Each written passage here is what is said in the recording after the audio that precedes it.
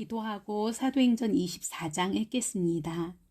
참 좋으신 아버지 하나님, 감사합니다. 말씀 앞에 저희들 세워주시고 인도하시니 그 은혜와 사랑을 감사드립니다.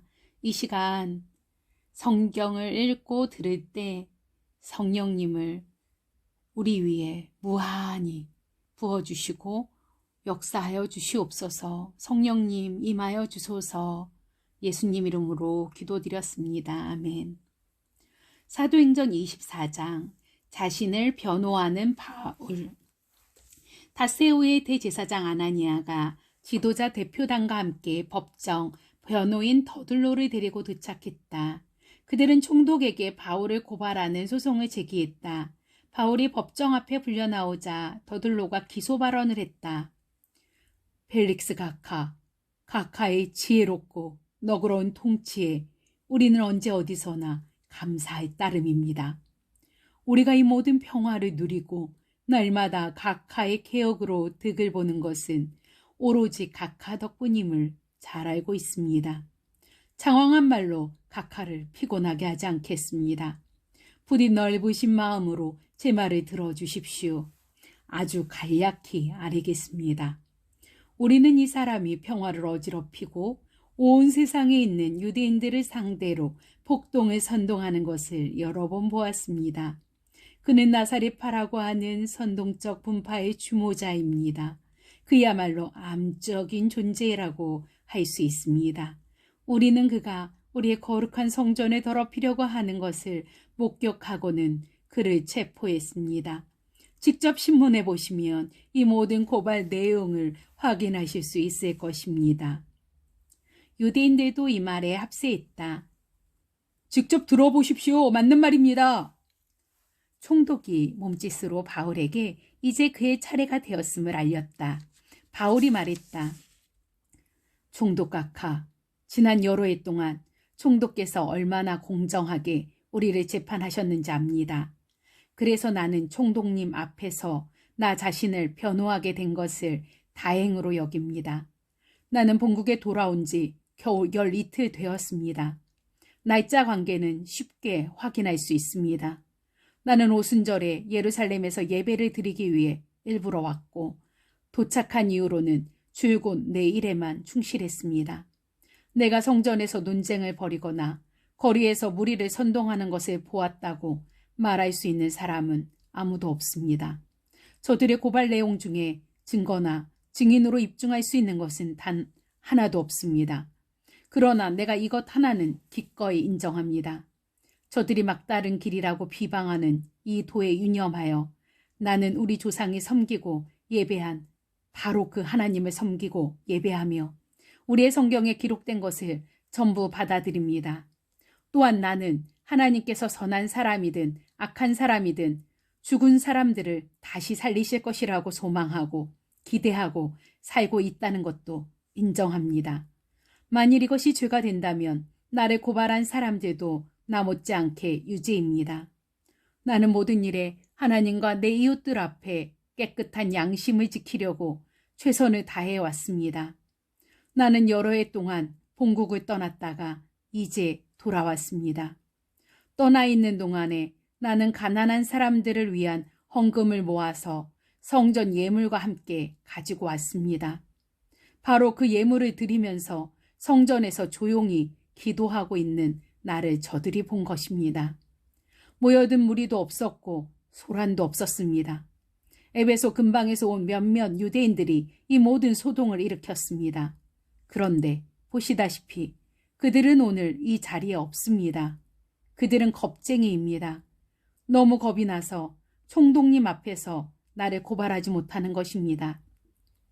그러니 내가 무슨 죄를 짓다가 잡혔는지 여기 이 사람들에게 물어보십시오. 말재주가 뛰어난 더둘로 뒤에 숨지 말라고 하십시오. 저들이 나에 대해 내세울 수 있는 것은 내가 의회에서 외친 내가 이 법정에 끌려온 것은 내가 부활을 믿기 때문입니다. 라는 이 한 문장뿐입니다. 총독께서는 이 말이 형사사건의 근거가 된다고 보십니까? 벨릭스는 주저있다. 그는 보기보다 이 도에 대해 훨씬 많이 알고 있어서 바로 그 자리에서 사건을 종결 지을 수도 있었다. 그러나 정치적으로 가장 좋은 수가 무엇인지 확신하지 못해 시간을 끌었다. 주의관, 루시아가 오면 그대의 사건을 결정짓겠소. 그는 백부장에게 바울을 수감하라고 명령하면서 한편으로 바울에게 어느 정도 출입의 자유를 허락해 동료들이 그를 돌보는 것을 막지 않았다. 며칠 후에 벨릭스와 그의 유대인 아내 두루실라가 바울을 불러다가 예수 그리스도를 믿는 삶에 대해 이야기를 들었다. 바울이 하나님과 그분의 사람들과의 바른 관계, 도덕적으로 훈련된 삶, 다가올 심판을 계속 강조하자 벨릭스는 마음이 너무 조여오는 것 같아 불편해서 그를 내보냈다. 오늘은 됐소. 시간이 있을 때 다시 부르겠소. 그는 바울이 자기에게 거액의 뇌물을 바치기를 은근히 바라고 있었다. 그 후에도 이런 대화가 자주 되풀이되었다. 그렇게 2년이 지난 후에 벨릭스 후임으로 보르기오 베스도가 그 자리에 부임했다. 벨릭스는 유대인들의 환심을 사려고 정의를 무시한 채 바울을 감옥에 내버려 두었다. 아멘. 말씀 기도하겠습니다. 사랑하는 주님, 바울은 평화를 어지럽히고 온 세상에 있는 유대인들을 상대로 폭동을 선동하는 자로 암적인 존재라고, 거기에다가 거룩한 성전을 더럽히려 한다고 고발을 당했습니다. 이후 바울은 변호합니다. 자신이 모든 일에 하나님과 사람들 앞에 깨끗한 양심을 지키려고 최선을 다해 왔다고 합니다. 그리고 죄지을 행동은 하지 않았다라고 당당히 밝힙니다. 하지만 주님, 벨릭스는 이 도에 대해 잘 알고 있는 사람이었습니다. 예수 그리스도를 모른다 하지 않았습니다. 그런데 그리고 또 바울을 불러다가 예수 그리스도를 믿는 삶에 대해 이야기를 듣기는 듣지만 그의 중심이 주님이 아닌 돈, 다시 말하면 바울에게 뇌물 받기를 바라는 마음이 컸습니다. 벨릭스는 돈이 우상이었고 인기가 우상이어서 유대인들에게 환심을 사고자 바울이 잘못하지 않았음을 알고서도 바울을 그냥 감옥에 내버려 두는 것을 보게 됩니다. 사랑하는 주님, 겉으로 감추려고 해도 우리 하나님은 우리 중심을 너무도 잘 알고 계십니다. 어떤 엑스레이나 MRI 같은 도구도 없어도 우리의 생각과 마음을 꿰뚫어 보시는 우리의 창조자, 전능하신 하나님이시기 때문입니다. 주님, 아버지, 우리의 마음이 돈이 그리고 인기가 자꾸 왕노릇하지 않도록 주여 오직 주의 사랑에 매이도록 주님 역사하여 주시옵소서. 주님만 우리의 왕이십니다. 다시 한번 간절히 기도합니다.